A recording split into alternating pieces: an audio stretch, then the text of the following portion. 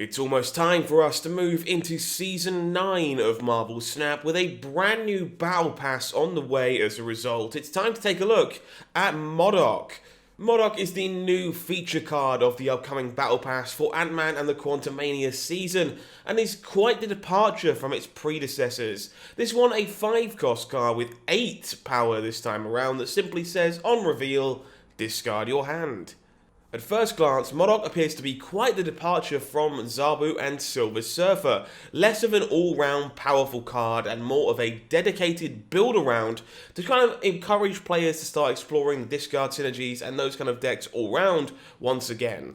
Personally, this is a thing I'm a huge fan of. It's been a while since we've seen discard having any real success in Marvel Snap, and hopefully MODOK has what is required to bring that archetype back to life. But where do you start? If you want to build with MODOK once the card is released in just a few hours' time, what deck list should you be using to start things off as an initial template for where the card may belong? We're going to go over a few of those today and give you some options that we think might have the chance to succeed over here at Marvel Snap Zone. As always, if you haven't already, please do consider subscribing to the channel. It would be lovely to see you for more things Marvel Snap in the future as we head into this brand new season with brand new cards available for us. So a few minor tidbits before we get started on this one today. First of all, we are avoiding building around Silver Surfer and Zabu for this particular video. We know the nerf is coming, we've been made aware of that courtesy of the team at Second Dinner, but unfortunately, we still don't know what those changes are actually going to be. So until that time comes, it doesn't feel right to kind of consider building around those cards with MODOK just yet, and for that reason, they will not be making an appearance in today's video. For a very similar reason, there will be no tier list for you right now this week, because we don't know what the game is going to look like following Zabu nerfs, Silver Surfer nerfs, and of course, MODOK's release as well. So with all that said and done, let's take a look at our top deck lists for MODOK. For me, the most exciting build-around package for this card is definitely Lockjaw, alongside MODOK and Hela. I think it can be a very deadly trio overall, meaning that MODOK can pull Hela from Lockjaw, or just discard copies of Swarm to get more tries at it, and that sounds like an awful lot of fun to me. We'll start with a list here that is typically closer to Lockjaw discard than traditional Hela.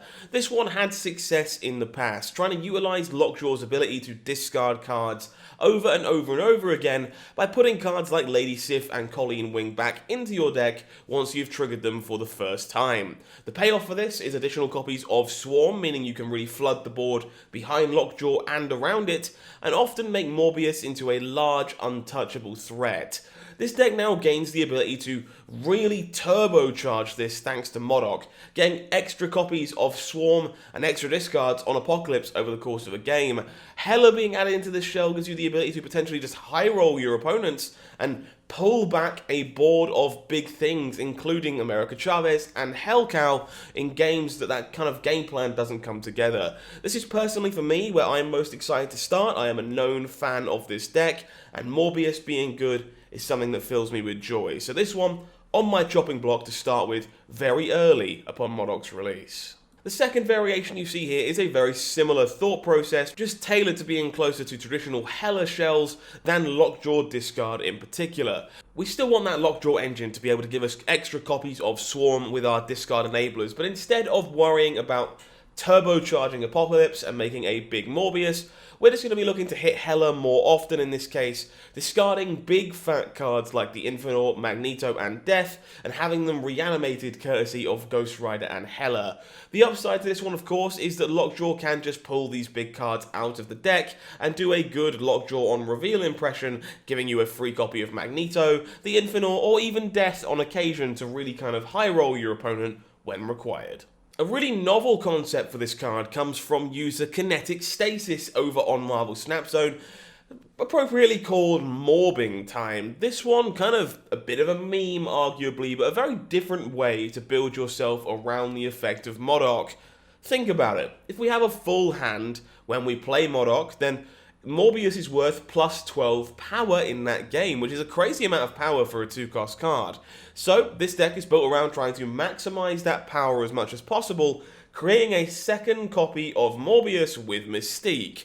Moon Girl will let you have extra copies of Morbius' effects sometimes as well, which is definitely a very viable backup plan if you cannot find your copy of Mystique. From there, we fill the deck out with more ways to get extra value from our key cards. Some added consistency from things like Chavez and backup copies of our primary effects, and then ways to interact with the proactive cards that get in the way of this plan. Quinjet, of course, a natural accompaniment to a card like Moon Girl, and even allows for triple Morbius games in a pinch, and the newly buffed Wolverine also finding a home here as a way to kind of tie the room together. We've also got a more unique option from Safety Blade's article this week for players who find themselves in Series 1 and Series 2, lists based around Okoye and Nakia. The more budget shell overall, this can be played in lower Series 3 with a few simple swaps as they're not quite as reliant on Dracula, and we can easily swap things like Colleen Wing for just America Chavez that you see on screen now. This is an attempt to kind of revive the Swarm buff archetype that impacted the beta meta so much. Nakia is unfortunately way less reliable now, but buffing any discard card is generally just quite effective. We have plenty of early game and can start trying to hit some discard chains on turn 4 and turn 5, setting up for a final turn that contains a large apocalypse and many buffed copies of Swarm.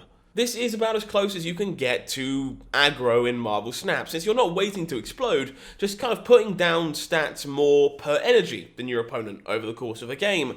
It's an excellent early collection strategy that can possibly even work later on, and MODOK might just be the missing link here. Remember, if you hit Swarm with Nakia, they have 5 power. If you play MODOK on 5, then you have at least 2 of those, assuming you didn't hit any other discards earlier on, and that's a free 10 power alongside a 6 drop on the final turn of the game.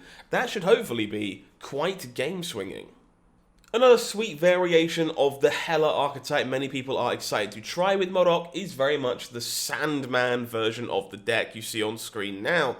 It's got a lot of excitement behind it from the Marvel Snap Zone team, and there'll be plenty of approaches to this one on release for sure, as there's plenty of room to experiment with which cards you really want to target overall, how heavily you want to rely on Invisible Woman, and just how many discard effects you actually need now that MODOK is around.